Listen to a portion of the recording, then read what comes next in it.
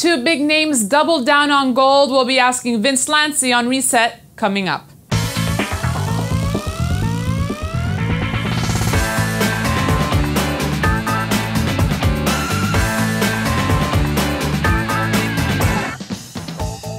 Vince, as always, thanks for making our Wednesdays a little brighter. Thank you, Danielle. The feeling is mutual.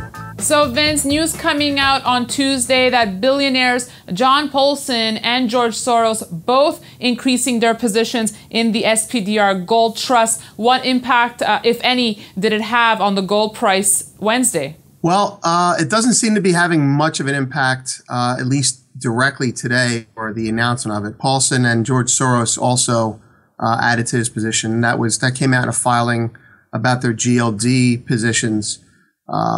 But, you know, we had talked last week, I sent you a weekly chart today as well, that we were speculating as to who the stalking horse was underneath the market, China being the easy and most obvious answer. Perhaps it's these two guys and or China or anyone else. But you see the circled area of the chart, those wicks we said before are a sign of strong, patient buying. And I think we got our answer today. So, Vince, John Paulson purchasing an additional 4.53 million shares of the SPDR Gold Trust. Bottom line, Soros and Paulson both adding to their GLD position. Do you think this is just a liquid part of their trade? Do you think there also might be some physical? Well, the straight answer, I thought about that. And the straight answer to that question is he must disclose, he and Soros, so I think actually doubled his position, must disclose his position. I think it's a 13F. He doesn't have to disclose physical if he has it under the category of other investments. So this is an SEC thing. Yeah. So yes, of course, we know that they own GLD. There's no disclosure demanded by the SEC that they say if they have COMEX futures, gold futures, or gold physical. So the answer is, I think someone like Soros and Paulson would be buyers of physical as well, because GLD is a paper traded asset that does have counterparty risk. So, Vince, you said it hasn't had an impact yet, but do you think it might have an impact on the gold price? Because if these guys have confidence in the gold market, is this not a message to gold bugs that there's more room to grow? Well, if you take the two men and separate them for a second, Paulson's recent losses, although they may not be important in the bigger picture, Paulson's recent losses serve as non-motivators to buy because he's buying. But using Soros as an example, I've watched George Soros's investments, and I've bought some of the stocks that he owns. And it always seems that when the announcement comes out that he bought, the market does nothing or goes lower. And if he's right months or years later. So today's activity didn't care about the filings yesterday.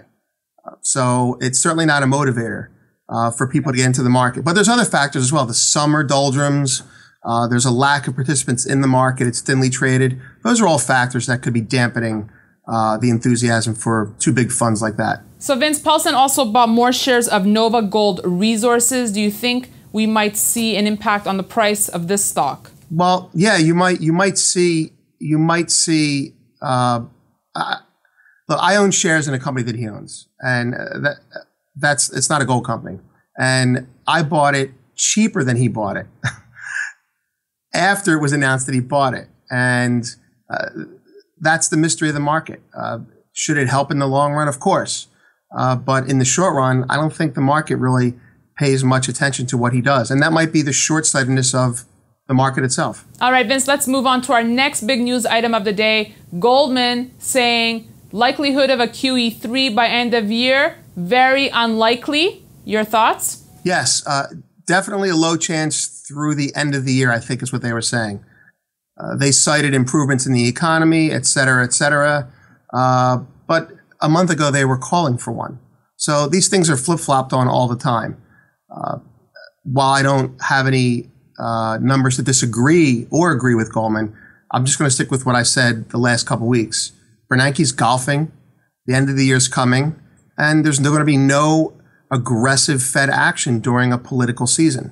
So, you know, whether Goldman's pulling numbers to justify an answer or those numbers are really important, I don't know. But we don't think anything's going to happen. On that note, Vince, I didn't get a chance to speak to you yet about the Paul Ryan factor, Mitt Romney choosing Ryan as his running mate. A lot of people speculating the impact this might have on Wall Street. What's your take? Well, we discussed it in the office, and it's kind of mixed. We don't know. We do think that Wall Street would be more in favor of Wall Street's more in favor of a Republican ticket, period. So if, let's just say, whatever Ryan wanted to do got done, there would be mixed feelings on Wall Street. But we don't think Ryan will get what he wants to get done on Wall Street because loopholes will remain and get created. Simplifying the tax code does not help Wall Street with products.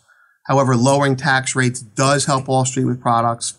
So, it's a mixed bag. I don't really think they feel strongly. And he's more in the mind frame of slashing government spending to the bone, right, Vince? Right. He's much more austerity oriented, and investment banks benefit from that indirectly because of municipalities issuing debt, bonds being done. Less spending a lot of Wall Street's money is made off of the velocity of money, the turnover.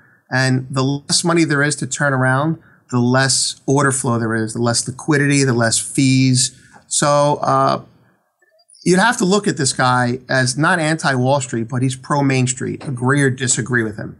So I don't think Wall Street's going to be too thrilled, but I think they'll take anything over Obama right now for them. All right, so bringing it back to the gold market now, Vince, are we just waiting for Merkel to come back from vacation? Yes, the perpetual vacation. We're proposing austerity measures in Europe, but we're going to take a summer vacation. That said, it looks like there's nothing going on in Europe. I think that's interesting. Today's numbers probably were more interesting to the markets than what's going on in Europe. So yeah, we have to wait for Merkel to come back from vacation. So as we wait for her return, Vince, we did break the 1601 mark today in the gold market. Right. The levels that I've given you, lines in the sand, 1601, above 1601, get you to 1640. From there, you go to 1680. I think I sent you a daily chart on that. The white lines show those areas. And, these are not hard and fast numbers. I'm not a technician, but let's talk about the 1601 area because that's where we are right now. The market penetrated last night pretty solidly. The market seems to be selling off overnight. And if you look at the gold chart compared to, say, the Australian dollar chart, they're mirroring each other right now on an hourly basis, even more so than the euro. So we're looking at sellers coming in, fear of deflation. But the CPI number came out today. It was benign, and everything rallied off its lows. Gold moving quite solidly to a positive number back above 1601. Now, in the chart I sent you, that 1601 area also has the top of that downwardly sloping wedge. We think if we get back in that area, we should be careful, which is why the 1601 kind of matches up with it. But am I saying we went below 1601, you should be out of your longs? Maybe you should be. If we settle below 1601, I think you definitely should be. Right, Vince, the CPI coming out today, up 1.4%. That's the smallest change we've seen since November 2010. Assuming the number is not cooked in any way, shape, or form, that's a license for more QE. So there is no inflation. So this is where you're going to say, if you're looking at gold only, high CPI numbers restrict Bernanke or the Fed from easing or more monetary policies that are accommodative because inflation becomes on our radar. Low inflation numbers like CPI, they basically say, oh, we've got room to pressure the Fed to do more easing.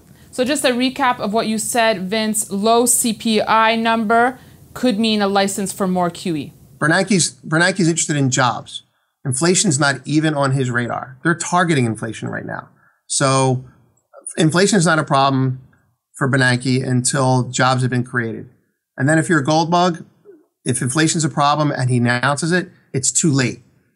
Gold will spike and then they'll start raising rates. All right. Anything you'd like to add today, Vince? Regarding the 1601 area, and I think this is important for the rest of the summer, there are less participants in the market, which means volatility volatility in options will shrink from the lack of interest. So you're going to have a stronger chance of the market gravitating towards strikes with big open interest.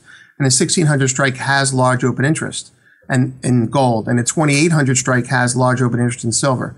So I would not expect big ranges that are fun to trade. I would expect slow moving markets with lower volatility. Vince, thanks for those thoughts today. We'll see you next week. Thank you. Thanks for having me. And thanks for watching this edition of Reset. As always, you can email me at newsfeedback@kitco.com. For Kitco News, I'm Daniela Cambone.